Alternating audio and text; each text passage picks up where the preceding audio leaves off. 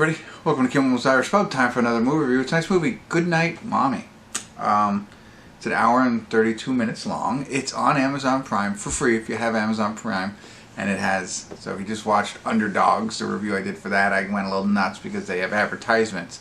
And it's like a TurboTax or, you know, that's all. I didn't even remember what it was. I went on a rant and I was like, I can't believe this. And that's it. You don't see any other ones. So that's fantastic. Twin brothers arrive at their mother's house and begin to suspect that something isn't right. This ended up on my list somehow, some way. There's a 5.7 on IMDb. 14,178 people rated it so far. Naomi Watts is in it.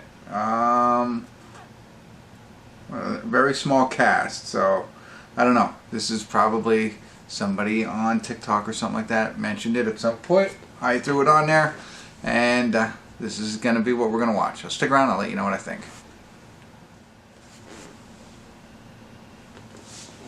Hey everybody, we're at the credits of Goodnight Mommy.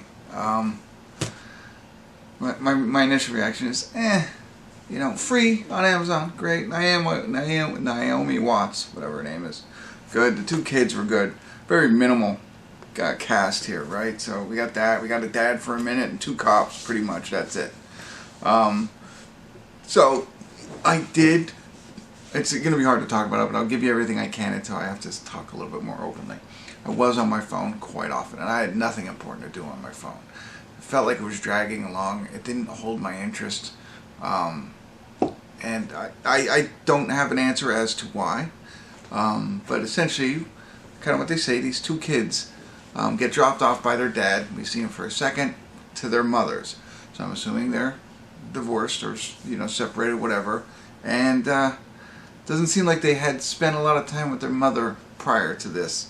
And she's wearing, and it's kind of, if you see the trailer, she's wearing a like gauze mask kind of thing. You know, my impression would be when you see something like that, she's got some work done on her face, whether it's facelift or tuck or whatever all that stuff is, does that. And so the kids come home and the idea is like, hey, is this, you know, at first everything's great, but she's changed.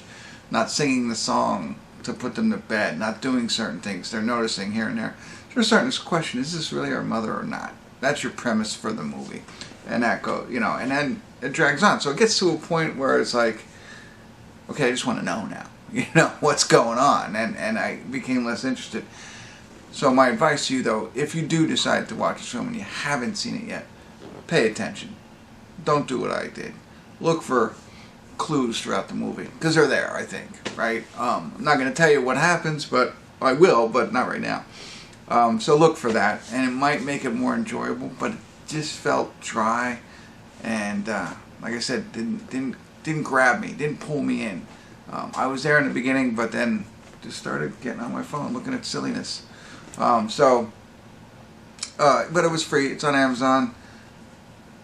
That's all I got for you there. I can't talk anymore without getting into more of the details. So if you don't want to hear more about the film, or yeah, if you haven't seen it already, I am going to drop in some spoilers here. So spoiler alert, spoiler alert, spoiler alert. You've been warned. So, really quick. Okay, we get to the end. And as it approaches the end, and I'm paying more attention, obviously I then figure out sort of kind of what's going on, right, with the brother. So I'm like, all right, I got it now. Not knowing how, you know, at first I thought, okay, he was, I just have to talk openly, so it's going to ruin a lot of stuff, so I've already warned you, but okay, evidently he shot his other brother. I went into it thinking, okay, there's no other brother, it's just like a split personality kind of deal, right? That's not the case. The brother existed. And so I get it, the whole end, he has killed his brother, then he kills his mother, and they show up like at the end of Return of the Jedi, right? So, his ghost as his, you know, who he sees and stuff like that. So, okay, all right. But a couple of things, right? Like, so when did this happen? You know, and is that why they haven't been back with the mother so long, right? You know, I don't know. Like, that's just, how old were they? I get he blocks it in his mind. All good. I get two of them are dead now and they come back as ghosts or as his visions. Got it. Like that. So this whole movie was like, I don't get, like, why did she get a facelift? Right? Why did they do this whole thing I get the point of his brother, his ghost of a brother, giving him, like, trying to do different things with him and making him, do things that maybe he wouldn't. So, like a split personality, whatever it is, I get it, all of that stuff, right? I get that, but it's like, okay, that's not what we see. We see her, physically hurting her children, not being the best mother. Is it because she's upset at what he's done? Is she not ready to take him back as a son? Kind of thing? Is that what we're supposed to take from this? Like, she just turns into a bad mother, not going to sing. Okay, sit around and drink and stuff like that, but not really. What I felt was, like, take care of her kids and welcome them. If she really says what she said before, it wasn't his fault, it was an accident, she didn't know. Maybe she still has ill will, and she went and got a facelift to forget all of that and start smoking and drinking. I could see that.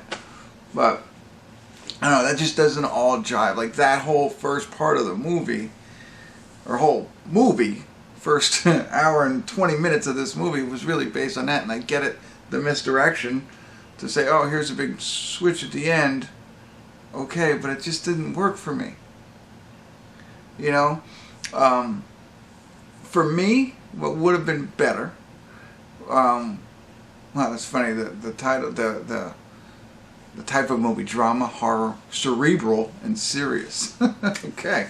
But would have worked better for me would have been the, I get it, they probably laid breadcrumbs to show that it's brothers is imaginary. And that's why I said in the beginning, make sure you watch. But they should have also laid breadcrumbs that his mother's not a monster. Like, he misunderstood the time he got hit in the face. I get the ripping of the drawing. I get that. The singing of the song. Like, there's all those kinds of things that makes me, there should have been, I thought they were going to go back and do that too. Like, oh no, he envisioned it this way, but this is the way it really happened. And they show his vision from the camera. Like, that I think would have made it better for me. Like, okay, she's not really, but they don't clear that up. She's not really a monster, like, I don't know. I'll give you one quick example, then I'll cut you loose if you're stuck with me this long. You remember the time she comes in, she's like, I made you dinner, and I made you chicken nuggets. And he's like, yeah, we're not hungry, right? Okay, that's the end of that scene.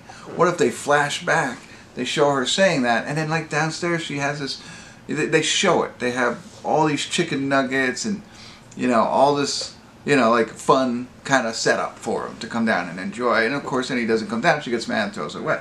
Like, things like that. Like, show that. Like, I don't know. That's just an example, and I can go back through and pick the whole thing apart, but I won't. But that's the kind of service you get when you ask Kimmel's Irish Pub to say, hey, give me some thoughts before we release this movie. Still for hire. Clear my schedule. Alright, that's it. I don't know if I was helpful, but I don't know. Didn't grab me, and didn't connect for me. There you go. Thanks for tuning in. Probably at 5. Thanks for tuning in. Kimmel's Irish Pub.